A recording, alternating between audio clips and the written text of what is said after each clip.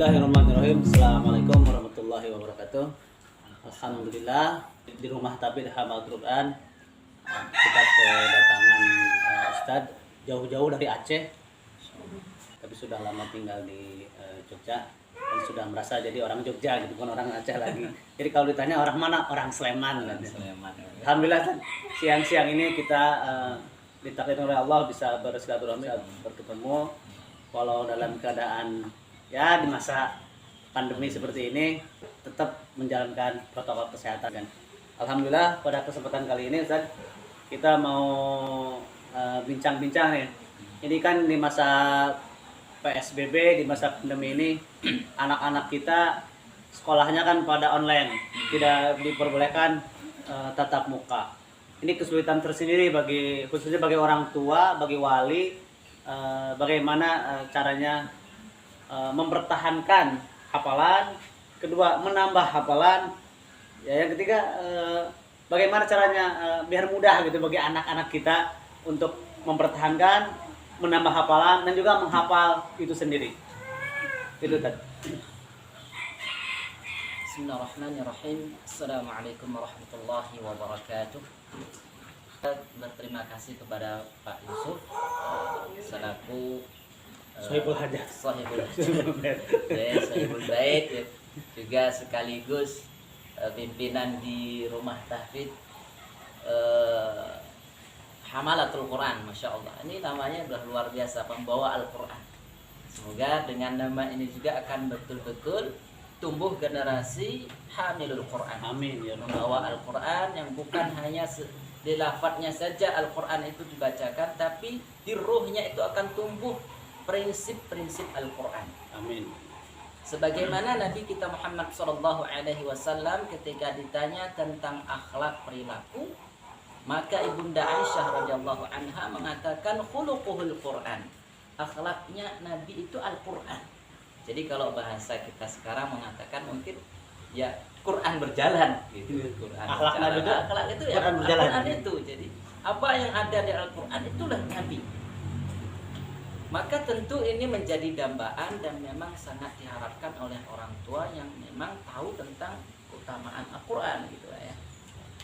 Maka dengan itu Masya Allah, dengan keadaan pandemi ini memang juga terkadang ya tidak sedikit orang yang bingung menghadapi putrinya yang sekolah di rumah atau disebut dengan harus online. Nah, kadang sampai ada orang tua yang memang tensinya naik terus. Karena memang kan kita dituntut sebagai orang tua menjadi guru segala ahli, segala ilmu, ahli, ya, segala bidang. segala bidang. Segala Itu bidang. dengan sekolah online ini ya terpaksa orang tua itu harus segala bisa. Segala bisa. Padahal tidak semua orang tua itu mampu untuk bidang-bidang kapasitas di situ. Iya. Maka melihat dengan kondisi ini, apa yang tadi ditanyakan, ya memang itulah yang terjadi di kita. Tapi minimalnya kita ada upaya, ada kiat-kiat untuk menghadapi itu. Di antara mungkin ini yang kami akan bercerita tentang saya sendiri juga, karena punya putra sekolah di Taud Ibnu Mas'ud, itu memang khusus di kelas penghafal Quran sebenarnya. Taud itu artinya adalah tahfidz usia dini. Jadi Taud ya, kepanjangannya tahfidz usia dini. dini. Oleh pemirsa, Ya. Taud itu kepanjangan tahfidz usia dini. Nah, ini peribahasa yang baru lah bagi kita-kita gitu. Ya, gitu. Bagi ayah, bagi bunda, bagi umi, bagi abi. Jadi jangan keliru, bukan PAUD tapi Taud. Tahfidz usia dini. Nah, orang Indonesia itu memang senang kalau disingkat-singkat itu. Bikin istilah-istilah baru gitu tuh memang kita sangat senang. Lanjut lagi. Begitu ketika putra saya masuk ke sana, memang dari awal juga ya, ketika kita masukkan sampai sekarang belum bisa dikatakan baca Quran, tapi alhamdulillah di usia 5 tahun ini putra kami sudah menghafal 4 juz. Ya, Tapi belum bisa baca gitu. Belum bisa membaca. Menghafal sudah, baca belum bisa. Sudah. Ini Dan menarik dia sekali ini. hafal, gitu kan. Alhamdulillah, dari memang kawan-kawannya itu yang sampai saat ini yang paling banyak memang di sekolah itu gitu. Kami di keluarga itu memang punya prinsip bagaimana menekankan ke anak disiplin di usia dini. baik dari bangunnya, kemudian bagaimana dia sholatnya, kemudian juga bagaimana dia berakhlak dengan temannya, dengan tetangganya, terutama dengan kedua orang tuanya, begitu. Maka ini yang kami tanamkan. Memang ya terkadang secara manusiawi kita akan merasakan kasihan, belum masanya kan gitu, Belum saatnya, belum secara saatnya. fisik, secara umur gitu. Iya, belum saatnya. Tapi kalau nanti dia ketika sudah besar, kita akan mengatakan sudah kadaluarsa. Nah, ini kan mana yang kalau Lagi kita kecil ambil belum dari saatnya, udah besar kelewat. kelewat, gitu kan. Maka dengan demikian kami tidak memikirkan istilah-istilah seperti itu. Ya, jadi alhamdulillah dengan putra kami yang pertama ini dia berusaha memang mendidik dengan Al-Qur'an. Kami upayakan untuk selalu mendengarkan Al-Qur'an. Nah, jadi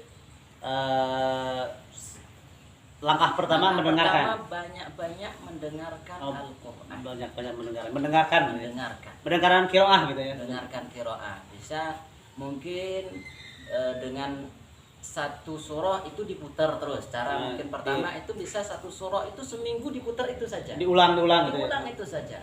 Sehingga inilah yang terjadi di putra kami, menghafal bisa satu surah itu seminggu hafal. 7 hari ya, 7 hari. 7 hari itu bisa Dengan- distorkan. Dengan cara didengarkan. Saja. Didengarkan, nanti setelah itu kita matiin.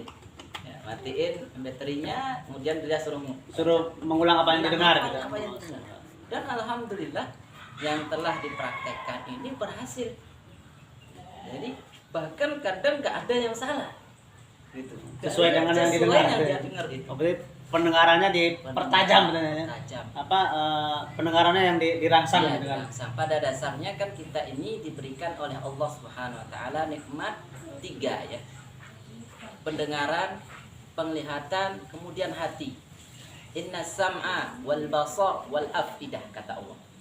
Sungguhnya pendengaran, kemudian penglihatan, hati, ini semua nikmat dari Allah. Tapi apa kata Allah? Qalilan ma tashkurun. Manusia itu sedikit memanfaatkannya, artinya sedikit mensyukurinya. Dengan itulah kita kadang salah dalam pemanfaatan. Kenapa? Karena kita tidak memanfaatkan itu untuk nikmat Allah. Seharusnya kita dengarkan itu adalah Al-Quran. Kalau ada dengar perkataan-perkataan yang tidak benar, udah ditinggalkan. Segera kita akan pergi dari tempat itu atau kita akan menghindar dari tempat itu. Atau kita pura-pura nggak mendengar. Atau pura-pura kita pura-pura tidak nggak mendengar. Ya, pura-pura nggak mendengar. Ya, itu. Ini yang kami praktekkan demikian. Ya, memang kadang berat bagi kita bersama masyarakat, kemudian keluarga juga backgroundnya tentu visi misinya juga berbeda, gitu ya. Ini kami tidak menjadikan itu suatu permasalahan, maka itu menjadikan motivasi buat kami. Gitu. Jadi sesuatu hal yang ketika ada kadang kelihatan tidak baik di kacamata kita, belum tentu itu nggak baik. Bahkan itu terkadanglah untuk memberi motivasi kita agar lebih baik bersungguh-sungguh belajar gitu, bersungguh-sungguh fokus mendengarkan Al-Quran. Ini yang kami praktekkan dan alhasil alhamdulillah dengan itu dia bisa berhasil mendengarkan. Walaupun dengan memang sekarang adanya gadget ini HP ya, handphone yang dia online sekarang terkadang memang jadi kendala. Tapi juga dengan itu kami kadang memberikan haknya sekali dalam seminggu. Kalau pas boleh libur, juga main HP. ya boleh lah kita kasih lah Refreshing. refreshingnya gitu. Itu juga tetap di atas kontrol kita. Nah, jangan kebalik ya pemirsa. Jadi, Anak kita itu 6 hari HP, 1 hari menghafal. Jangan Iya. kebalik. Jadi 6 hari HP, 6 hari menghafal, Menghafal. 1 hari HP. Ya, itu juga dengan pengawasan dari tetap orang tua. pengawasan dari orang tua. Jadi tetap metode pertama kita unsurnya sedikit memaksa ke anak itu. Suruh mendengar. Kalau nggak mau dengar ya dengarkan, bacakan ayat-ayat Quran. Mau surat pendek atau surat yang agak panjang, yang penting surat Al-Quran sesering mungkin, selama mungkin.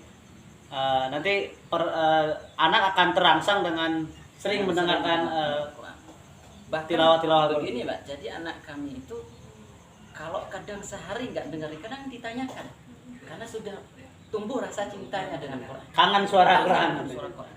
Bahkan kalau dia sekarang anak saya itu sudah memang dipaksakan dari kemarin sejus sehari Mendengarkan gitu. baca, Oh, karena baca. dia sudah hafal.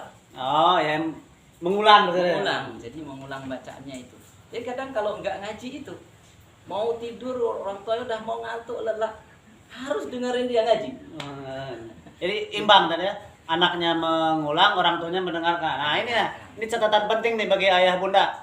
Anaknya pengen jadi hafal, dia jadi hafid, ayah bundanya malah tidak menghafal, bahkan tidak membaca. Nah, ini sering terjadi di kita gitu. Ini harus ayah bunda juga harus introspeksi gitu. Ya. Jadi di sini memang Pak Yusuf, ketika kita untuk anak itu memang perlu teladan dari orang tua pada dasarnya. Teladan itu karena anak kita itu akan selalu melihat ke kita. Bahkan kalau kita itu telat sholatnya, anak nanti punya dalil. Nah, Pembenaran gitu ya, pembenaran gitu kan. Ini nggak mau sholat mengarah melihat orang tua begitu. Tapi juga dalam hal ini kita tidak totalitas terus dia difokuskan gitu, tidak juga sebenarnya. Dia sambil bermain, bersosialisasi bersosialisasi, ada biasa. permainan-permainan yang tidak mengganggu pendengarannya.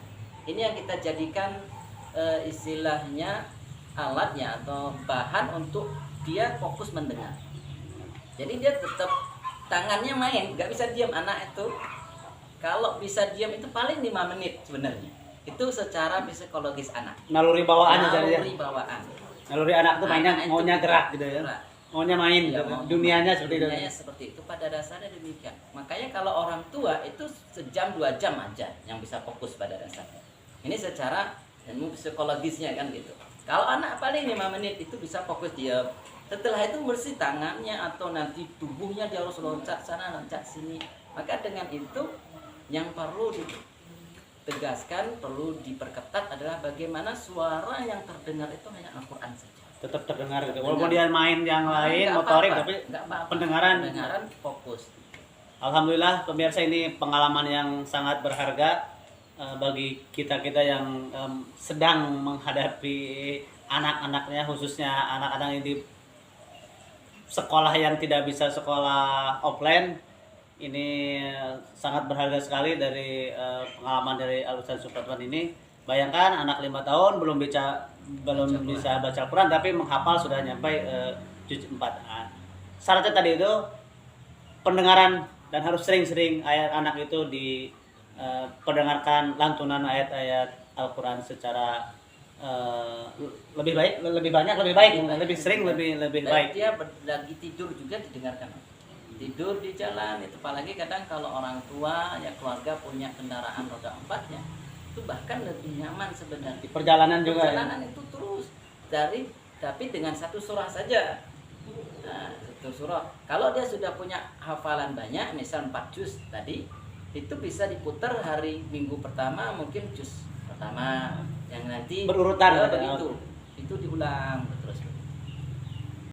Terima kasih Ustaz telah berbagi. Ini mudah-mudahan menjadi kebaikan bersama bagi kita, bagi para orang tua, bagi para umi, para abi yang bercita-cita anaknya menjadi tahfidz. Demikian dialog kita pada siang ini, mudah-mudahan bermanfaat. Assalamualaikum warahmatullahi wabarakatuh.